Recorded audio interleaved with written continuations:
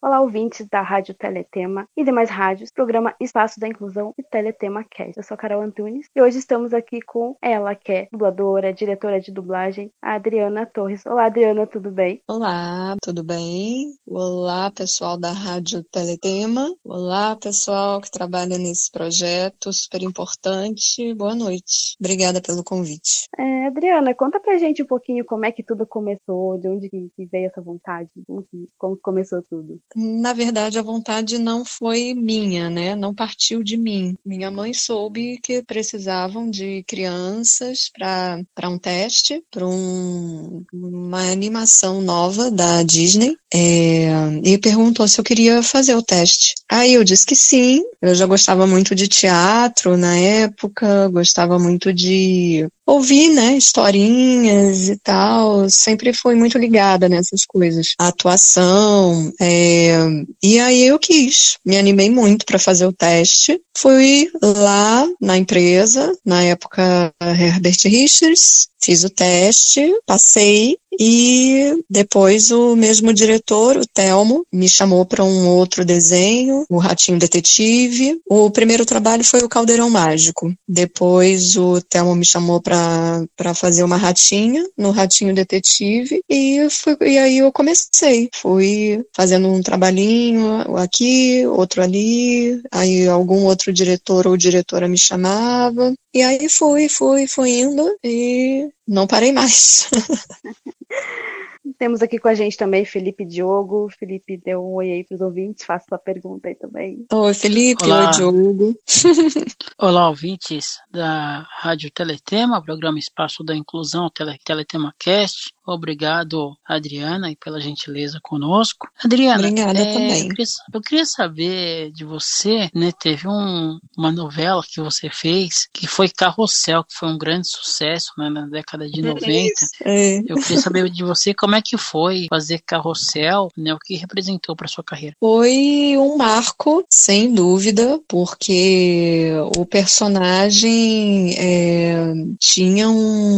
suscitava, né, um debate super importante, que era um personagem racista. Maria Joaquina era racista, né? E ela não tinha o menor pudor de esconder isso. Então, ela representava o estereótipo da pessoa muito rica e que pisa nos outros, né, e que não gosta de quem não tem uma situação financeira boa, e, enfim, era um personagem que eu nem imaginava na época que fosse fazer tanto sucesso. Quando a novela começou e que a gente foi, né, gravando, e aí essa personagem logo de cara já se apresentava assim, tão preconceituosa, né, tão metida, né, tão besta.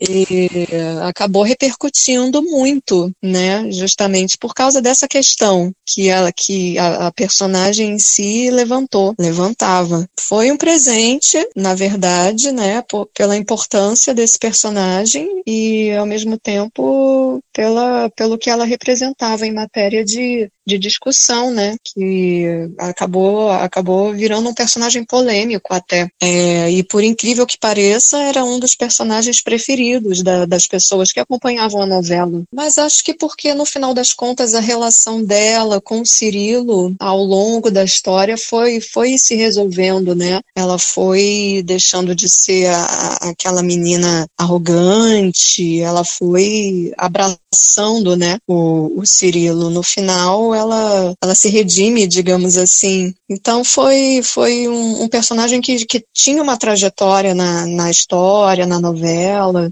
E a atriz era linda, né? Até hoje, a Ludvica Paleta é uma atriz linda, assim. Então eu acho que as meninas se identificavam muito com ela porque ela era muito bonita, né? Mas em matéria de personalidade, óbvio que não era nem um pouco bonita, mas foi se tornando, né? Ela teve uma transformação na novela, então acho que isso que foi muito importante também. Essa questão da personalidade dela, você você acha que se naquela época tivesse as redes sociais que tem hoje, os caminhos que tem hoje, para se fazer contato entre o público e, vamos dizer, o personagem, você acha que você teria algum problema, assim, de relacionamento com o público?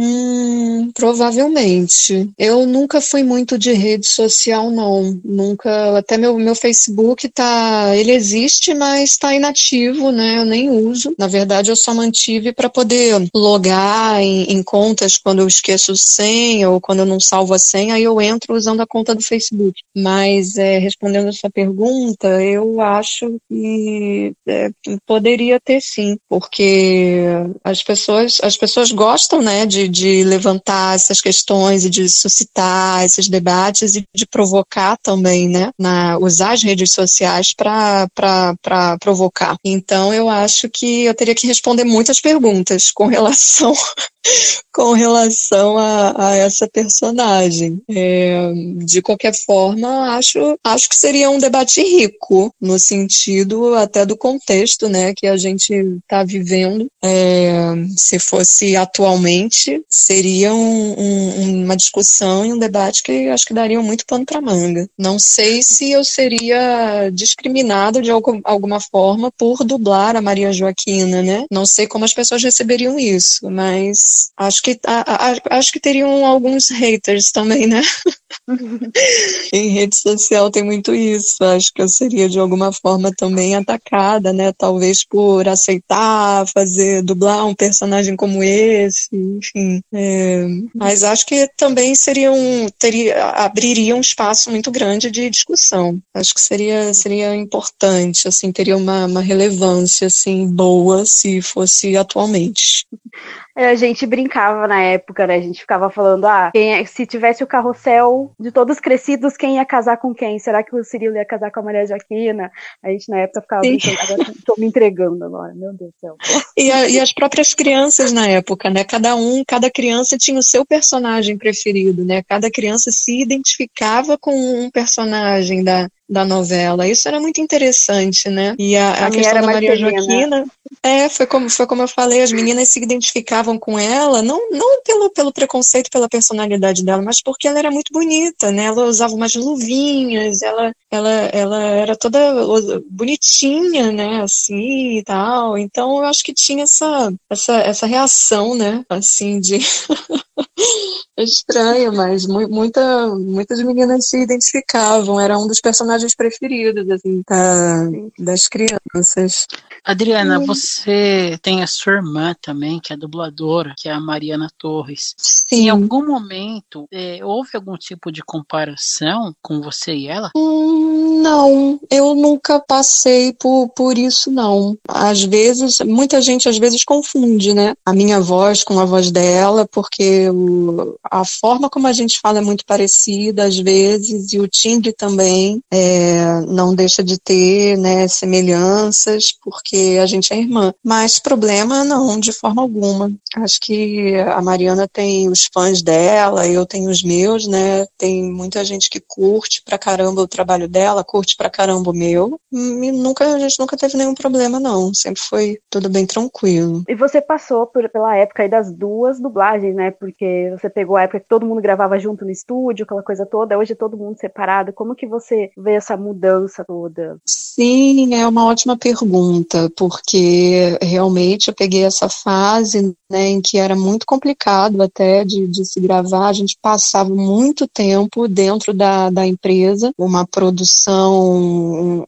longa, por exemplo, a gente às vezes levava uma semana gravando, né, e com essa questão, muita gente na bancada, muita gente dentro do estúdio, né, às vezes se a cena tinha muita gente, a gente tinha que compartilhar o fone, né, no meio ali da gravação, porque não tinha fone suficiente para todo mundo, então a gente passava o fone assim com maior cuidado para não fazer barulho durante a gravação para outra pessoa. Em matéria de canal também, eram só 2 canais, né? Então era tenso, porque se às vezes você estava dublando com muita gente e a cena não tinha pausa, se você errasse alguma coisa, você tinha uma responsabilidade, né, de fazer todo mundo que estava ali na bancada junto com você ter que refazer. Eu ficava muito tensa nessas situações, porque às vezes a minha fala era a última da sequência e todo mundo vinha falando, não tinha pausa para aproveitar, se errasse, todo mundo travando, né, todo mundo pá,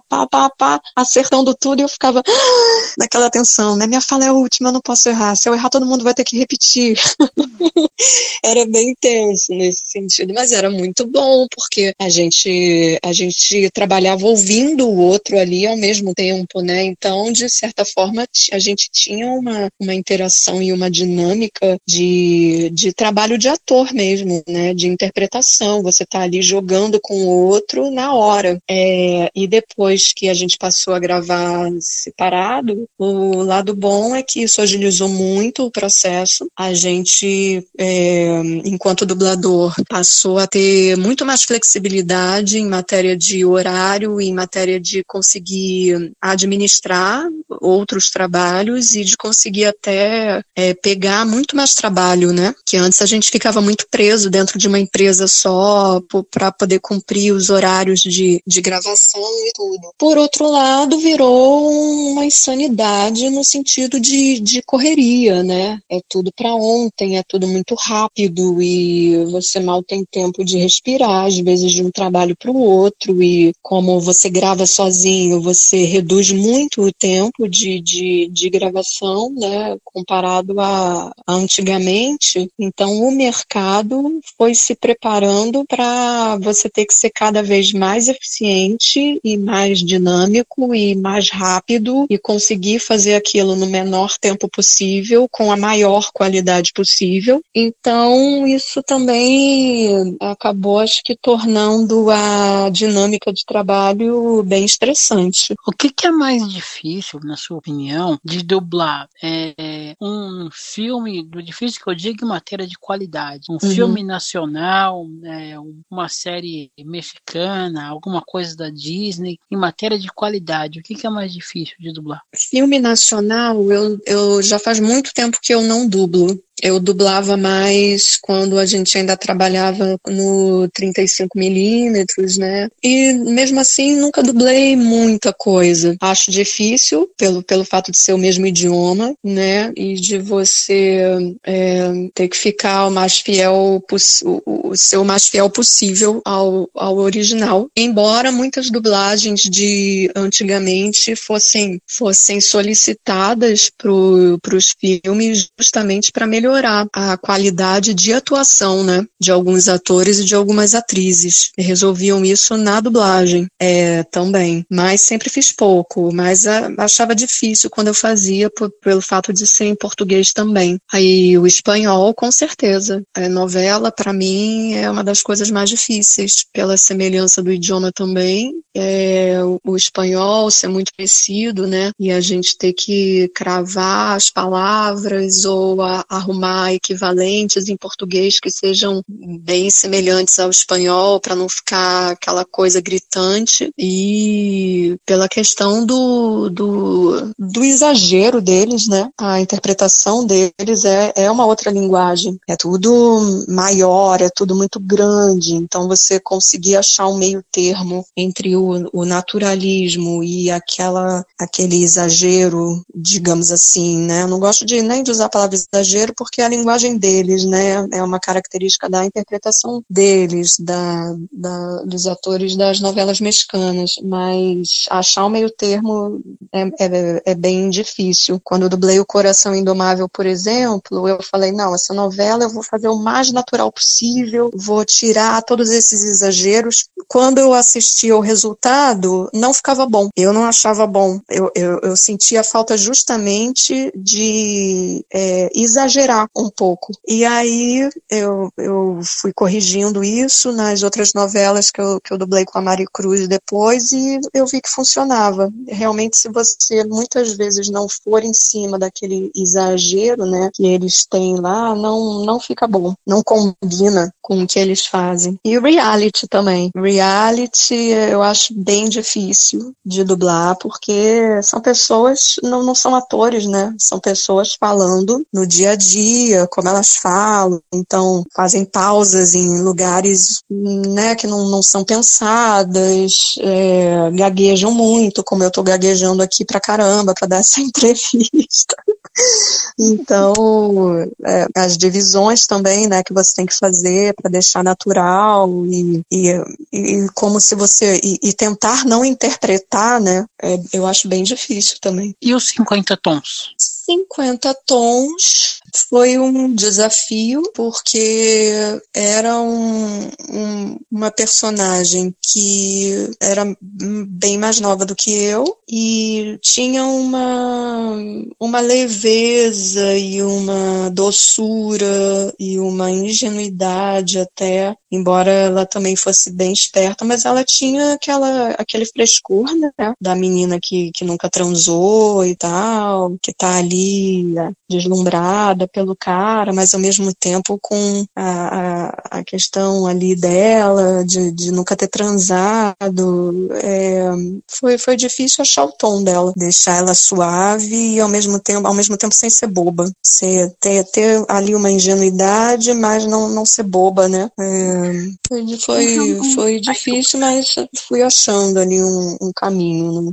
Um filme que eu gosto muito, assim, pelo menos é o que eu mais dessa linha do Gasparzinho, foi o que eu mais gostei, acho que foi o primeiro, né? Você dublou. Como é que foi pra um filme que eu gosto muito? Esse filme eu lembro que eu dublei, acho que a primeira versão na Delarte, depois a gente redublou na Herbert. A primeira vez, era a Christina Ricci, né? E ela já tinha dublado na Família Addams. Eu não sei se Gasparzinho foi logo depois da Família Addams ou se foi o segundo trabalho que eu fiz com ela depois da Família Addams. Mas o filme é lindo, né? A história do Gasparzinho é muito fofa e divertido, com certeza foi. E a Christina Ricci já era uma atriz que eu adorava dublar, achava ela uma excelente atriz. Estava acompanhando ali também a trajetória dela e foi ótimo. É um trabalho pelo qual eu tenho muito carinho, porque é um trabalho, acho um filme, né, aliás, muito, muito bonito. A história deles, né, a relação dela com o Gasparzinho, eu gosto muito. Então, foi bem prazeroso de fazer na época. E depois de redublar, mais ainda, né, porque eu já tinha dublado a primeira vez, então já conhecia, já sabia ali as dificuldades, onde os trechos que eram mais difíceis, onde que eu tinha que me concentrar mais, mas foi ótimo. Você tem uma versatilidade muito grande de dublar vários filmes diferentes, né, com várias ideias. Como é que foi para dublar o filme Maria? Acho que a dificuldade parecida com a dos 50 tons, não pelo personagem, obviamente, mas pelo trabalho de voz, né? Achar esse lugar da voz onde você só tem amor, né? Na voz, você entregar isso só com a sua voz e dosar isso um filme inteiro e depois todo o sofrimento da Maria, né, também emocionante dublar esse tipo de produto, ainda mais a gente conhecendo a história, né, já tendo ela tão forte na nossa cultura. Mas é um trabalho, esse trabalho de leveza vocal para mim é sempre mais difícil, de você trazer uma leveza e uma doçura sem deixar morto, né, ou sem perder energia. Acho que é sempre mais complicado de fazer em termos de voz. Você fez uma novela também que na época foi um sucesso aqui no Brasil, né? E também ainda nas novelas mexicanas, que foi Amigas e Rivais. Sim, é verdade. E mais uma vez era com a Ludvica Paleta, né? Ela já devia ter 20 e poucos anos aí nessa época, mesma atriz da Maria Joaquina, e outro personagem polêmico também, porque era um personagem rebelde, era um personagem que vivia de festa, né? Tava sempre em balada, em boate, tava sempre bebendo muito, e ela termina a novela contraindo HIV, né? Por causa justamente da vida que ela levava. E foi outro personagem bem interessante e bem forte, e que teve uma trajetória também parecida com a da Maria Joaquina em termos de transformação, né? Ao longo da novela, a personagem ela foi se transformando, foi revendo, né? Com as pancadas que ela ia levando, ela foi revendo, né? A maneira dela ser, as atitudes dela, as consequências, né? Tudo que as atitudes dela gerou na vida dela.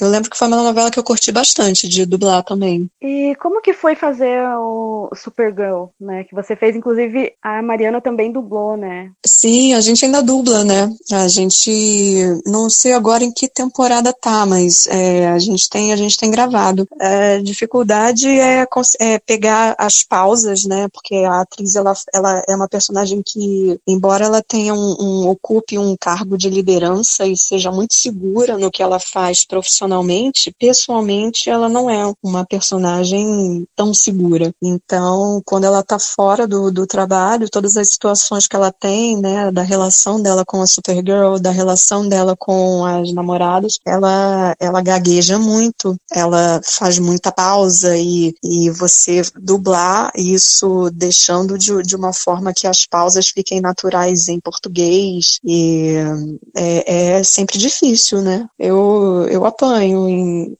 em várias sequências dela, quando ela tá desse jeito mais emocionada também, é sempre mais difícil de fazer. Mas é um personagem ótimo também, né? Porque tem é um personagem que é muito forte e que ao mesmo tempo não deixa de ser humana, né? É um personagem que está sempre ali segurando, né, as pontas e resolvendo as situações, sempre com a ajuda da Supergirl, mas que tem ali também um papel importante na trama. Eu não sei onde é que tá passando, mas que é na TV aberta faz tempo que eu não tenho visto passar. E passava tarde pra caramba, enfim. Não sei se tá na lista lá do Globoplay, porque tem um monte de série lá, eu não vi. E o Manifest tá no Globoplay, inclusive, né? Que é aquela do avião. Tá.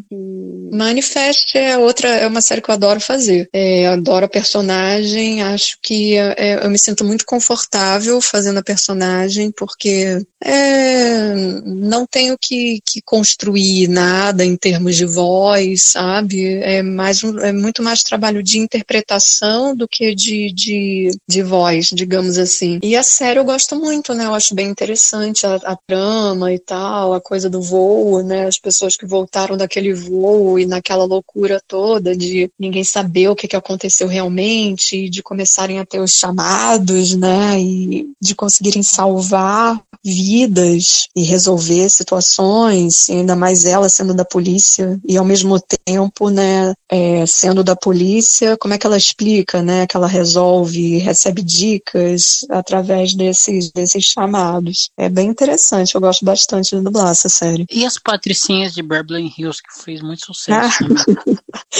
Essa aí é clássica, né? As Patricinhas também foi outro presente, era uma série que eu adorava gravar, adorava fazer, porque o personagem é muito divertido, né? É aquele personagem que não tem preocupação com nada, é rica, sabe? Tem tudo o que quer, a hora que quer, então assim, tá alheia aos problemas do mundo, né? Ela vive ali dentro da bolha dela. E acaba que até por causa dessa futilidade, dessa despreocupação, sendo um personagem divertido, né? Acaba sendo um personagem leve também, porque os problemas, o que ela considera problema, são coisas tão pequenas e tão bobas, né? Que Acaba sendo divertido. E eu adorava dublar também, era outra série que eu adorava dublar. Tem uma pergunta que a gente sempre faz para todos os dubladores que nós entrevistamos, que isso divide opiniões. Você acredita que, principalmente hoje, é possível uma pessoa cega dublar? Boa pergunta. Olha, eu não acho que nada seja impossível, tá? Isso é uma característica minha mesmo, né? Até já quebrei a cara e já me decepcionei várias vezes, assim, por ter isso, assim, tão forte, né, essa crença. Eu acho que existe um caminho para isso acontecer, porque dublagem, a gente querendo ou não, a gente tá trabalhando com a imagem o tempo todo, né, não tem como a gente deixar a imagem de lado, o lip sync de lado ou ignorar isso. Então, para haver essa inclusão, a gente teria que pensar essa linguagem, reestruturar toda essa linguagem, experimentar e ver de que forma isso seria viável, de que forma isso seria possível. Foi como eu disse, eu não acho que nada seja impossível, mas de que forma a gente faria isso, né? Como é que a gente trabalharia com esse tipo de inclusão numa linguagem que trabalha com a imagem, que como você trabalharia o lip sync, né, nessa linguagem, da forma como a gente trabalha hoje em dia, como seria isso, né? Eu não tenho essa resposta, eu não sei, mas não acho nada impossível. Quais seriam os caminhos para isso acontecer? Talvez a resposta esteja até com vocês, né? Acho que vocês, talvez, até pelo trabalho que já é feito de audiodescrição, como que isso poderia migrar de alguma forma para haver uma inclusão de pessoas cegas nessa profissão. É uma questão que a gente tem que pensar, né? Que a gente tem que trazer e ver como é que isso funcionaria. E aí só experimentando, não tem outra forma. Do mesmo jeito que a gente experimentou migrar de 2 canais para sistema de gravação, onde a gente grava cada pessoa separadamente e usa vários canais. Da mesma forma que veio a pandemia e a gente teve que se reestruturar para conseguir fazer as gravações usando um sistema remoto. Aí ainda tem melhorias a ser feitas, não é perfeito, né? A internet, a gente sabe que é um problema. Então, como é que a gente resolve? A gente ainda está nesse caminho, a gente ainda está nesse processo. E por que não? Para mim, não é uma porta fechada e não é algo que seja impossível. Resta saber como isso seria feito. E você acha que... Cena por cena seria difícil, né? Gravar cena teria por que cena. Teria que separar tudo, talvez um pouco antes. Pois é, eu não sei. Eu não sei como isso seria feito. Se seriam personagens menores a princípio, entendeu? E depois personagens maiores, não sei. Realmente não sei. Porque o áudio, a gente, mesmo que a gente trabalhe só em cima do áudio, o áudio não dá pra gente a clareza que a imagem dá em matéria de dinâmica, de encaixe de palavras, entende? Então é um estudo que tem que ser feito. E você acha que a dublagem remota ela vai continuar quando a pandemia acabar? Porque eu lembro até que teve uns movimentos aí, né, da galera que queria voltar pro estúdio, que achava que não ia dar certo, e o povo que não, daí eu lembro até eu conversando com uma pessoa, falei, tem o contato de fulano? Eu não tenho contato com essa pessoa, porque essa pessoa falou que vai voltar pro estúdio e eu não volto. Falei, meu Deus do céu, a coisa tá nesse nível, assim, tá desse jeito, né? As pessoas já tá, tipo, politizando tudo, meu Deus do céu, tá dessa forma. Então, você acha que isso vai continuar depois, assim? Olha, eu acho uma pena que tenha acontecido isso, que aconteça, que continue acontecendo. Eu sou completamente apolítica, eu não voto em ninguém. Eu vou lá na época de eleição para digitar 00 e confirmar, podem me julgar à vontade, mas eu não dou a mínima para política. Enfim, as poucas vezes que eu votei me arrependi, então já parei de votar, já não voto mais em ninguém há muito tempo. E eu acho que o remoto acabar definitivamente não vai mais, porque é um sistema que, mesmo com as limitações que ainda existem, é viável, é uma possibilidade, tanto que eu estou em isolamento desde março de 2020, continuo em isolamento e estou gravando remoto. Óbvio que não todas as produções, óbvio que não para todas as empresas, ou bem menos, né, para algumas empresas, mas eu acho que acabar não vai não, porque o dia que eu, por exemplo, tiver muito enrolada para pegar um horário e aí aquela gravação tem que ir aquela semana de qualquer jeito, ou naquele dia ou no dia seguinte, e eu não tenho mais nenhum horário disponível. E eu falei, e aí, o que a gente faz? Grava no remoto, grava de casa, um horário que dê, né, para gravar e de casa mesmo. Então, óbvio que voltando ao normal, se é que alguma coisa vai voltar ao normal depois de tudo isso, mas acabar, eu acho que não acaba mais não. Óbvio que não vai ser em larga escala, né? A gente não vai ficar gravando longas e filmes para cinema de casa, isso não. Até porque foi uma medida emergencial e nem os donos dos produtos querem isso e nem é do interesse das empresas também, né? Pela qualidade do áudio e tal, equalizar áudios com qualidades muito diferentes é sempre mais trabalhoso. Então, ficar tudo no remoto, obviamente não. Mas uma coisa aqui, outra ali, coisas menores, né, pequenas, que não, no todo ali, não vão comprometer o produto em matéria de qualidade de áudio, eu acho que sim. De todos os dubladores que você conheceu, né, principalmente da galera mais da antiga, quem foi seu espelho? Ai, que pergunta difícil, porque foram muitos. Bom, espelho meu, peraí. Lembrar, porque era tanta gente boa. Eu não sei se eu fico até com medo de citar nomes e acabar sendo injusta com alguém, mas esses dias mesmo, eu tava pensando muito no André Filho, que era um excelente dublador, Magalhães Graça, mulheres, a Sumara, a Luíse, sempre teve, na minha opinião, um trabalho de precisão muito grande, né? Carmen Sheila, a Dalmária, Ângela Bonatti, Sônia Ferreira, Sônia de Moraes, nossa, muita gente.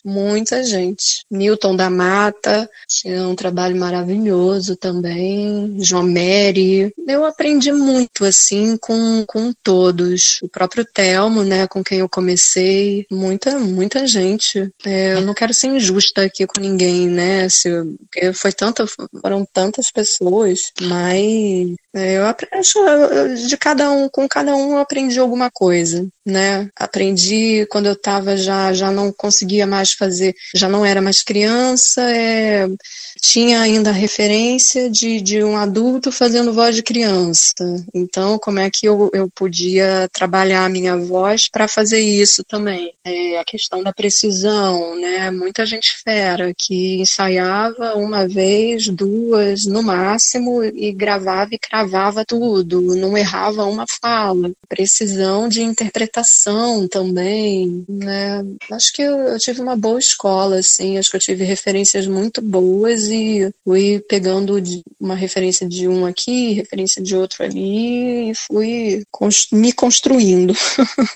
Recentemente nós perdemos a dubladora Ana Lúcia Menezes, fazia muita coisa, sobretudo na área infantil. Eu queria que você falasse um pouco sobre isso. Eu tô bem triste, na verdade.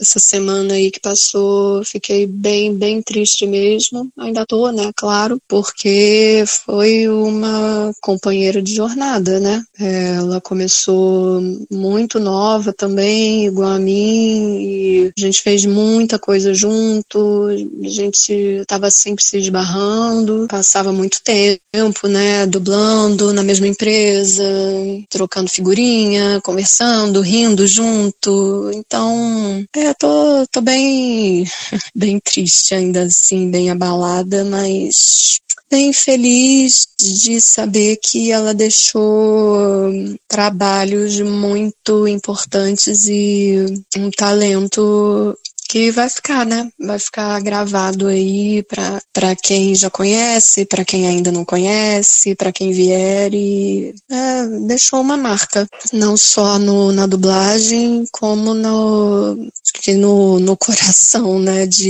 dos colegas de trabalho. Uma coisa que não tem como não perguntar, enfim, como que foi aí fazer a Ararinha Azul, a Jade, do Rio? Foi... acho que eu tive vários presentes, né, ao longo da minha trajetória, ainda tenho vários, volta e meia, quando eu acho que já fiz de tudo um pouco, vem alguma coisa nova e que me gera um desafio novo, que me deixa bem animada, assim, mas esse foi um presente, assim, bem, bem especial, porque o desenho é lindo, conta a história do Rio, que é a minha cidade, então, com muitos detalhes, né, e detalhes, assim, que são daqui do Rio mesmo, né, que não tem como a gente ver a história e não dar risada, e foi incrível. Eu, quando fiz o teste e tal, nem sabia quem era Carlos Saldanha, que desenho era esse, e a proporção que essa animação já tinha, e dublei, assim, curtindo, me divertindo, mas sem saber da proporção e do que essa animação até representaria, né? E acabou sendo um sucesso, acabou sendo mais um trabalho, assim, para a coleção daqueles que a gente sente orgulho, sabe? E os personagens são lindos, né? E as araras, falar das araras, né? As ararinhas azuis em extinção, enfim, todo esse debate também foi super especial. Meu xodó. Jade é um xodó.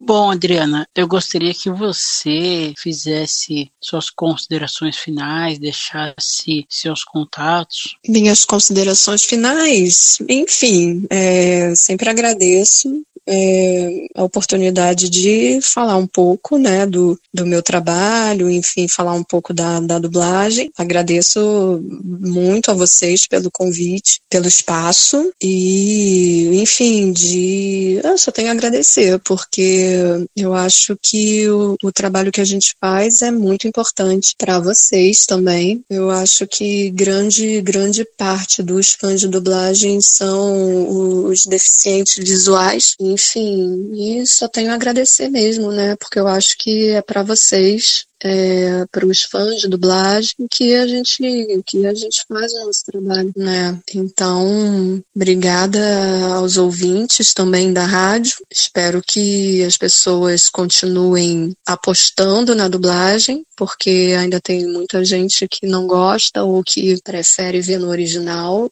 Tudo bem, mas que não julgue, né? Eu acho a dublagem pelo que ela é, até pelo que ela representa. Eu acho que essa linguagem é muito importante para a nossa cultura. Quero deixar um beijo para vocês que me convidaram e para todos os ouvintes. Então, muito obrigada, Adriana. E eu que agradeço.